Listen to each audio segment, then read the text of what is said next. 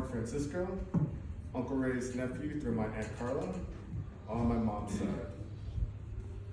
Okay, so for me, I will always remember Uncle Ray as a good-natured man. Whenever we interacted, he would almost always have an upbeat demeanor, especially when he had something interesting to show. Oh gosh. Whether it be a cool gizmo or gadget from Fry's Electronics, Yeah. or even something he created himself, perhaps like a suppressor for a 9mm, allegedly, just in case if there's any law enforcement officials in the audience, that is all allegedly. Oh, by the way, I see some smiles, some laughter. Please feel free to laugh and smile because that is who Uncle Ray, well, is. Now, Uncle Ray also had a fun-loving personality, and that was best demonstrated in the parties that him and Tita Carla hosted. So for anyone who attended and can remember, he definitely became the life of the party, and especially when encouraged by, let's say, liquid spirits. You're definitely right, Carrie. I agree with you on that. And that well-spirited manner in nature was very much on display during karaoke. Now, there's one song that I will always recall him singing, and that's because he sang with such passion as if it were his life story. Now, forgive me if my short version doesn't quite match his quality, but it went a little something like this. Please forgive me, let me go. I'll stop right there. And Carla, I know you remember that. He jokingly sang it, just to let you know.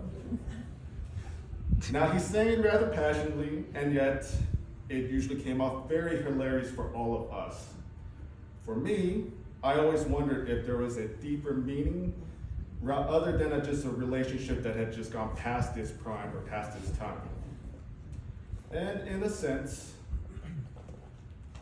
I felt like his rendition of Release Me was actually a plea or cry to God, as if Uncle Ray was serving his time on earth like a prison sentence and awaiting release from this life. Now, I can only imagine God saying, okay, Ronaldo, I hear you. Understand this, your time will come at the proper moment. Now, it has been said that we all have our own cross to bear. For Uncle Ray, one cross would come in the form of a health condition, from which would metastasize over time. Concurrently, his relationship with other family members would also experience a similar deterioration.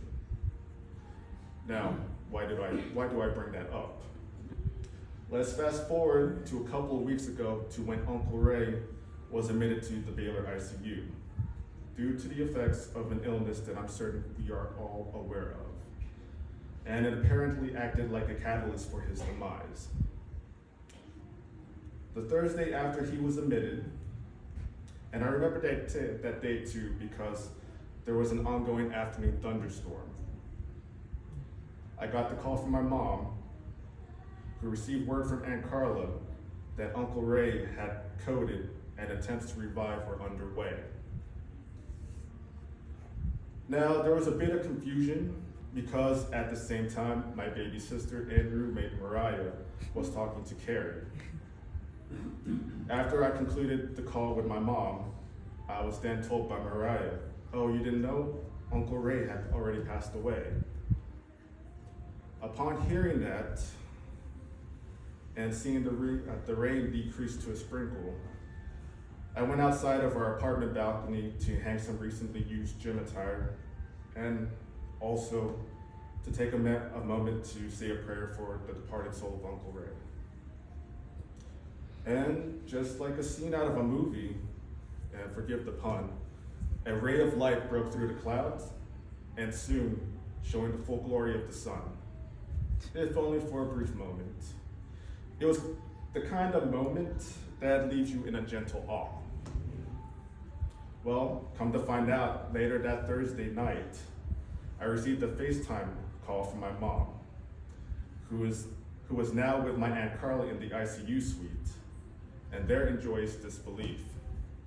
Turns out, Uncle Ray was actually revived, and after a couple of hours of being in a seemingly vegetative state, he was responsive by nodding his head to whatever Aunt Carla was telling him.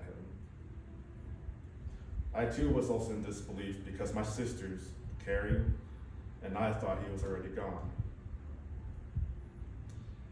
Okay, so although Uncle Ray didn't quite go on to make a full recovery for which we are here today, I'd like to believe that God was kind enough to give Uncle Ray a second chance with sufficient time to resolve all issues that mattered.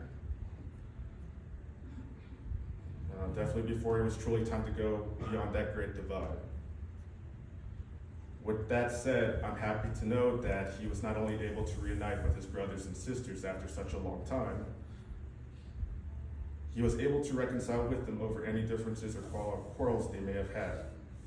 In addition, I know that Aunt Carla and Carrie were able to resolve any matters with Uncle Ray that may have also been existing as well.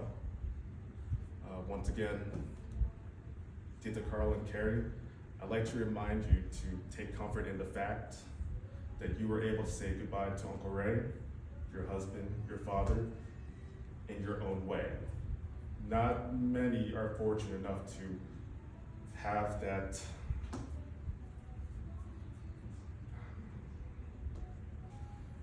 to say goodbye on your own terms and to experience that type of closure. Okay, so at last, Uncle Ray, although your time on earth, on occasion, seemed like a life sentence to be served, if anything, the verdict can now be read and said, congratulations on a time well served. Journey well, Uncle Ray. Rest good,